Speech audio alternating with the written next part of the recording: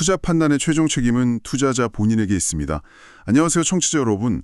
오늘 저희가 좀 깊게 파고들 기업은 바로 아이온큐입니다.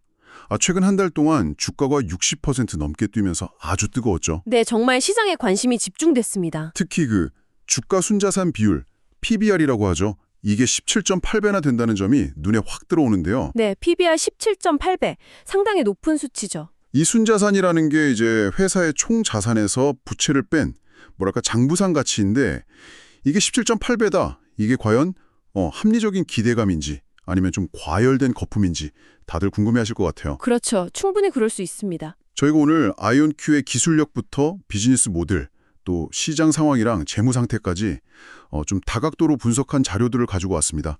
이걸 잘 엮어서 청취자 여러분들이 아이온큐의 현재 가치랑 미래 잠재력에 대해 좀 균형 잡힌 시각을 갖도록 돕는 게 오늘 저의 목표입니다. 네, 좋습니다. 한번 제대로 파헤쳐보죠. 이 높은 PBR이 현재 실적보다는 미래에 대한 어떤 대담한 베팅이다 이렇게도 볼 수 있을 텐데요.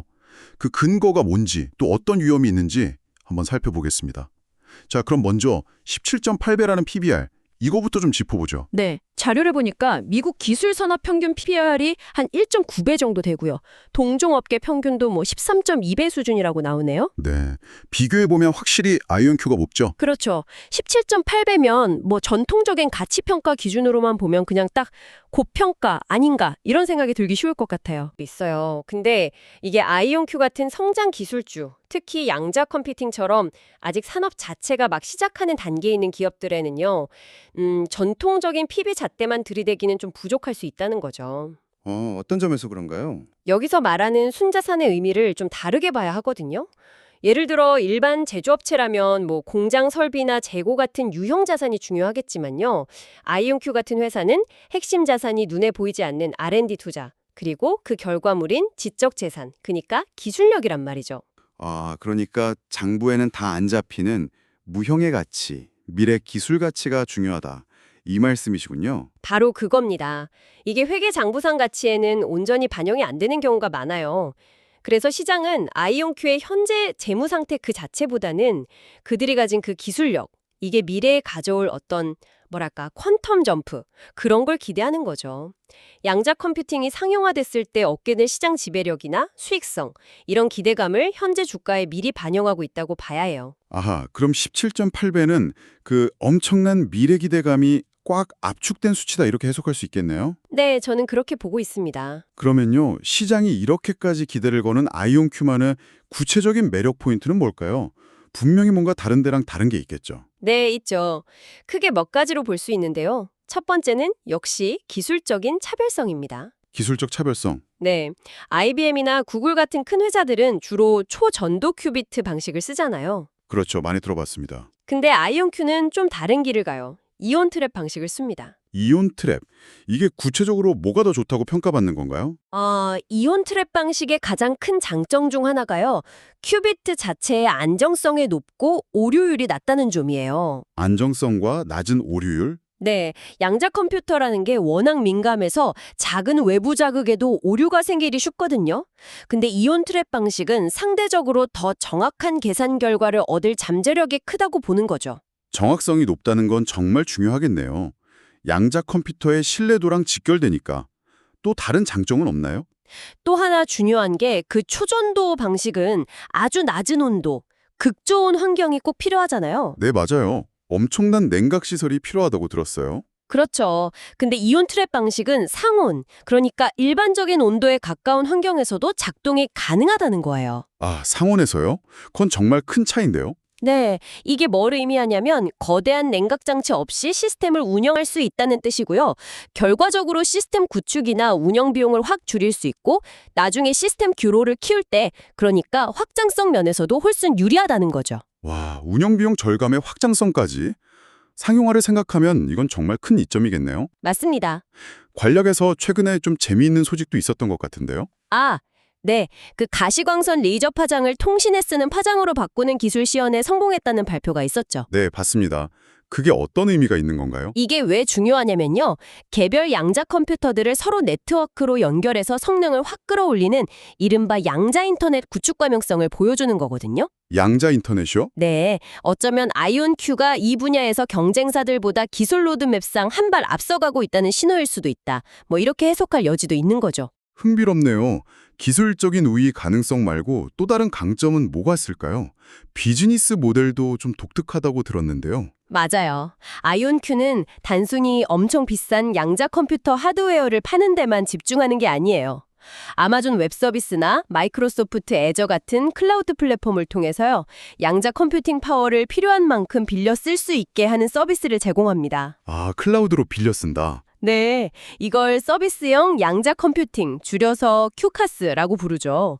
이걸 아주 적극적으로 활용하고 있어요. 큐카스 모델. 이게 구체적으로 어떤 이점이 있는 건가요? 이건 약간 초기의 클라우드 컴퓨팅 시장이 열릴 때랑 비슷하다고 보시면 돼요. 옛날에는 기업들이 다 자기 서버실 만들고 그랬잖아요. 네, 그렇죠. 직접 다 구축했죠. 근데 클라우드가 나오면서 필요할 때마다 빌려 쓰기 시작했죠. IT 인프라 패러다임이 확 바뀐 거잖아요. 큐카스도 비슷해요. 기업이나 연구소에서 수백만, 수천만 달러짜리 양자 컴퓨터를 덜컥 사기는 너무 부담스럽죠. 엄두도 못 내죠. 그렇죠. 근데 클라우드를 통하면 비교적 적은 비용으로 양자 컴퓨팅이 이런 거구나 하고 맛보고 활용해 볼 수 있게 문턱을 확 낮춰주는 효과가 있는 거예요. 아하, 접근성을 높여서 잠재 고객들을 많이 확보하고 또 구독 형태니까 안정적인 수익도 기대할 수 있겠군요. 네, 정확합니다. 시장을 빨리 키우고 장기적으로 봤을 때 안정적인 현금 흐름을 만드는데 아주 유리한 모델이라고 할 수 있습니다. 기술, 비즈니스 모델, 그리고 또 양자 컴퓨팅이라는 이 시장 자체가 가진 엄청난 잠재력, 이것도 아이온큐 가치를 높이는 큰 요인이겠죠? 물론이죠. 그건 뭐 기본이죠. 양자 컴퓨팅은 정말 신약 개발, 새로운 소재 설계, 금융 모델 최적화, 인공지능 성능 혁신, 심지어 지금 쓰는 암호 체계를 다 무력화할 수도 있다고 하잖아요. 네, 정말 파괴적인 기술이죠. 그쵸. 말 그대로 산업 전반의 판도를 바꿀 게임 체인저로 평가받고 있거든요. 자료에서도 보니까 관련 시장 규모가 2037년까지 641억 달러, 우리 돈으로 하면 얼마죠? 거의 80조 원 이상으로 크고 연평균 성장률도 30%가 넘어요. 와, 32.2%. 엄청난 성장이네요. 네, 아이온큐는 바로 이 거대한 미래 시장에서 선두주자 중 하나로 자리 잡을 수 있다. 이런 기대감을 한몸에 받고 있는 겁니다. 마지막으로 하나 더 짚어볼 게 신뢰도 문제인 것 같아요. 아무리 기술이 좋아도 시장에서 믿어주지 않으면 소용없잖아요. 미 공군 연구소랑 계약했다는 얘기도 있던데요. 네, 아주 중요한 포인트입니다. 미 공군 연구소 AFRL과의 계약이나 정부 차원의 지원 같은 건요. 아이온큐의 기술력이 그냥 실험실 수준이 아니라 국가 안보나 전략적인 차원에서도 중요하게 인정받고 있다는 아주 강력한 증거가 되는 거죠. 국가가 인정했다는 시그널이군요. 그렇죠. 그리고 아까 말씀드린 AWS나 마이크로소프트 애저 같은 글로벌 클라우드 기업들과의 파트너십, 이것도 중요해요. 기술을 실제 상업 생태계 안으로 끌어들이고 시장 지배력을 키우는 데 핵심적인 역할을 하거든요. 이런 협력 관계 자체가 아이온큐의 기술력과 사업 능력에 대한 시장의 신뢰를 높여주는 겁니다. 자, 그럼 정리를 좀 해보면 아이온큐가 가진 이온 트랩 방식의 기술적 차별성, 또 QCAAS라는 확장 가능한 비즈니스 모델, 그리고 폭발적으로 성장할 걸로 기대되는 시장 환경, 마지막으로 주요 기관이나 기업과의 파트너십을 통한 신뢰도, 이 모든 것들이 합쳐져서 현재 그 높은 PB 비율, 그러니까 높은 프리미엄을 정당화하는 근거가 되고 있다. 이렇게 이해하면 될까요? 네, 정확하게 요약해 주셨습니다. 이 요소들을 다 종합적으로 보면 아이온큐의 높은 밸류에이션 뒤에 숨어 있는 시장의 그 뜨거운 기대를 이해할 수 있습니다. 청취자 여러분께서 꼭 기억하셔야 할 점은요. 아이온큐에 대한 투자는 단순히 현재 재무 상태만 보고 하는 게 아니라는 거예요. 이건 미래 산업의 지형 자체를 바꿀 수도 있는 그 잠재력에 대한 아주 적극적인 베팅이라고 봐야 합니다. 알겠습니다. 그런데 늘 그렇듯이 장밋빛 전망만 있는 건 아니겠죠. 투자에는 항상 위험 요인이 따라붙잖아요. 당연하죠. 동전의 양면과 같습니다. 아이온큐 역시 우리가 좀 신중하게 봐야 할 어두운 그림자들이 있을 텐데요. 어떤 점들을 좀 주의 깊게 봐야 할까요? 가장 먼저 꼽히는 건 역시 재무적인 불확실성입니다. 자료에서도 나오지만 아이온큐는 아직 의미 있는 수익을 못 내고 있어요.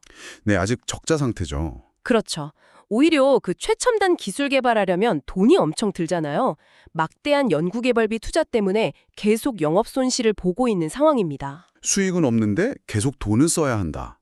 그러면 외부에서 자금을 끌어와야 할 텐데 요즘 같은 고금리 시대에는 그것도 좀 부담이겠네요. 맞습니다.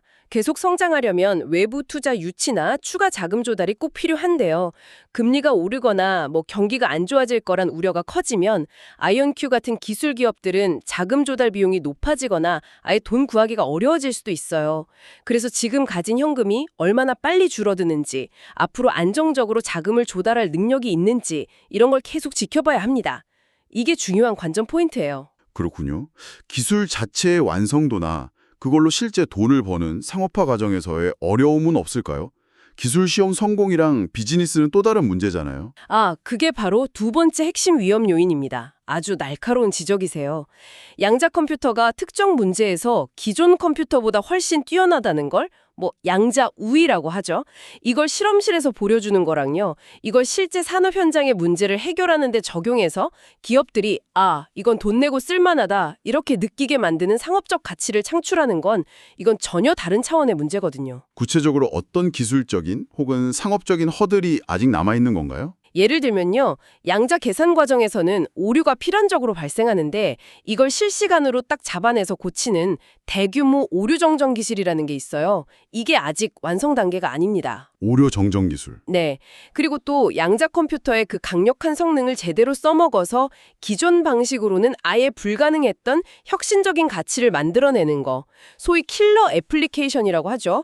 이것도 아직 뚜렷하게 나온 게 없어요. 계속 찾는 중이죠. 킬러 F제.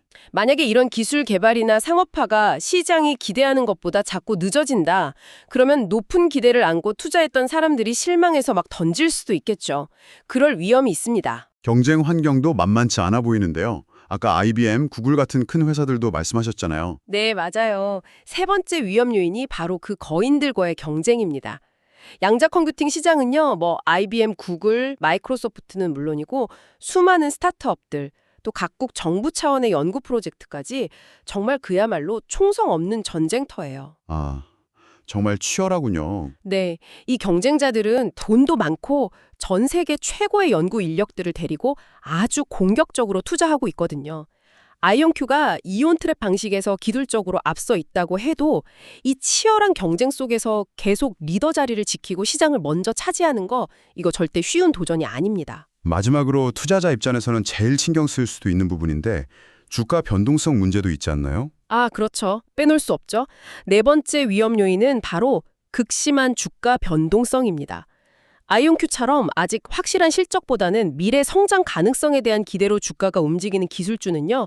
정말 작은 뉴스 하나에도 주가가 크게 출렁이는 경향이 있어요. 새로운 기술 개발 성과 발표했다, 어디랑 큰 계약 맺었더라, 경쟁사가 뭘 했더라, 아니면 그냥 거시경제 지표가 좀 변했다. 이런 온갖 요인에 따라서 주가가 막 급등락을 반복할 수 있다는 거죠. 펀더멘탈과 상관없이 움직일 수도 있다는 거네요. 네, 기업의 본질적인 가치 변화와는 별개로 단기적인 투기 심리에 의해서 주가가 과도하게 널뛰게 할 위험이 있다는 뜻입니다. 정리해보면 재무적으로 좀 불안정하고 기술 상용화도 아직 불확실하고 경쟁은 너무 치열하고 주가 변동성도 크고 이 네 가지가 아이온큐가 넘어야 할 주요 허들이라고 볼 수 있겠군요. 네, 그렇습니다. 이 위험 요인들을 보면 결국 이런 질문을 하게 돼요.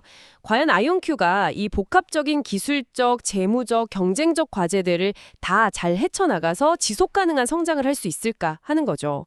잠재력은 분명히 엄청 크지만 그 잠재력을 현실로 만드는 과정에서 마주칠 불확실성 또한 매우 크다는 사실, 이걸 좀 냉정하게 볼 필요가 있습니다. 자, 그럼 이제 이 모든 긍정적인 면과 또 위험 요인들을 다 종합적으로 고려했을 때요. 아이온큐의 그 17.8배나 되는 높은 PB 비율, 이걸 최종적으로 어떻게 받아들여야 할까요? 이게 그냥 고평가일까요? 아니면 미래에 대한 합리적인 기대감의 반영으로 봐야 할까요? 결론부터 말씀드리면 저는 이걸 단순히 고평가다 이렇게 딱 잘라 말하기보다는요. 미래에 올 양자 컴퓨팅 시대 그리고 그 시장을 이끌어갈 수 있는 기술적 리더십 또 그에 따른 잠재적인 독점력 여기에 대한 시장의 아주 강력한 기대감이 녹아있는 결과다 이렇게 해석하는 게 더 맞다고 봅니다. 그러니까 현재 장부상 가치나 단기 실적보다는 미래의 패러다임 변화를 주도할 가능성, 여기에 훨씬 더 큰 무게를 두고 평가가 이루어지고 있는 거죠. 그렇다면 아이온큐에 대한 투자는 우리가 흔히 아는 가치 투자랑은 좀 다른 관점에서 봐야 한다는 말씀이시네요. 네, 그렇다고 볼 수 있습니다. 아이온큐 투자는 뭐랄까, 안정적인 현금 흐름이나 자산 가치를 보고 투자하는 전통적인 가치 투자와는 좀 거리가 멀어요. 오히려 초기 단계의 혁신 기술 기업에 투자하는 벤처 캐피털, VC의 관점에 더 가깝다고 할 수 있습니다. 아, 벤처 캐피털처럼. 네. 즉, 불확실성은 매우 높지만 만약 성공했을 경우 얻게 될 그 비약적인 성장 가능성, 미래 패러다임 자체에 베팅하는 거죠. 하이 리스크, 하이 리턴인 셈입니다. 그럼 청취자 여러분들께서 아이온큐를 지켜보실 때 어떤 점에 좀 주목을 해야 할까요? 그래서 청취자 여러분께서는 아이온큐를 분석하실 때요. 앞으로 이 회사가 내놓는 기술적인 진전들이 시장의 그 높은 기대를 충족시킬 만큼 의미 있는 수준인지, 그리고 이게 실제 상업적인 계약이나 매출 발생 같은 눈에 보이는 성과로 이어지는지, 이걸 아주 면밀하게 추적 관찰하시는 게 중요합니다. 동시에 아까 저희가 얘기했던 재무적, 기술적, 경쟁적 리스크 요인들이 있죠. 이걸 회사가 얼마나 잘 관리하고 극복해 나가는지 이것도 계속 평가를 하셔야 하고요. 이 높은 기대와 높은 리스크 사이의 팽팽한 줄다리기 속에서 아이온큐의 진짜 가치는 앞으로 계속해서 재평가될 겁니다. 네, 오늘 아이온큐의 높은 밸류에이션을 둘러싼 여러 가지 맥락들을 아주 깊이 있게 살펴봤습니다. 이온 트랩 기술의 잠재력, QCAS 모델의 확장성, 또 거대한 시장 기회 같은 밝은 면도 있었고요. 동시에 아직 넘어야 할 재무적, 기술적, 경쟁적 허들과 변동성이라는 그림자까지. 양자 컴퓨팅이라는 이 미지의 영역을 향한 시장의 복잡하고 또 역동적인 시선을 확인할 수 있는 시간이었습니다. 마지막으로 청취자 여러분께 이런 질문을 하나 던지면서 오늘 이야기를 마무리하고 싶습니다. 아이온큐뿐만 아니라 아직 뚜렷한 수행 모델 없이 미래 가능성만으로 굉장히 높은 가치를 인정받고 있는 여러 양자 컴퓨팅 기업들이 있잖아요. 이런 현상은 어쩌면 다음 세대 기술혁명에 대한 우리 사회 전체의 어떤 집단적인 믿음이나 열망을 보여주는 건 아닐까 하는 생각이 듭니다. 그리고 그 믿음이 정말 현실로 다가오고 있는지 아니면 그냥 신기루처럼 흩어지고 있는지를 판단하기 위해서 청취자 여러분 스스로는 앞으로 어떤 기술적인 이정표, 또 어떤 상업적인 신호, 혹은 어떤 시장의 움직임에 주목해야 한다고 생각하시는지요. 이 질문을 한번 곱씹어 보시는 것도 의미 있는 시간이 될 것 같습니다. 항상 여러분의 성공 투자를 기원합니다. 내용이 좋으셨다면 구독, 좋아요 부탁합니다.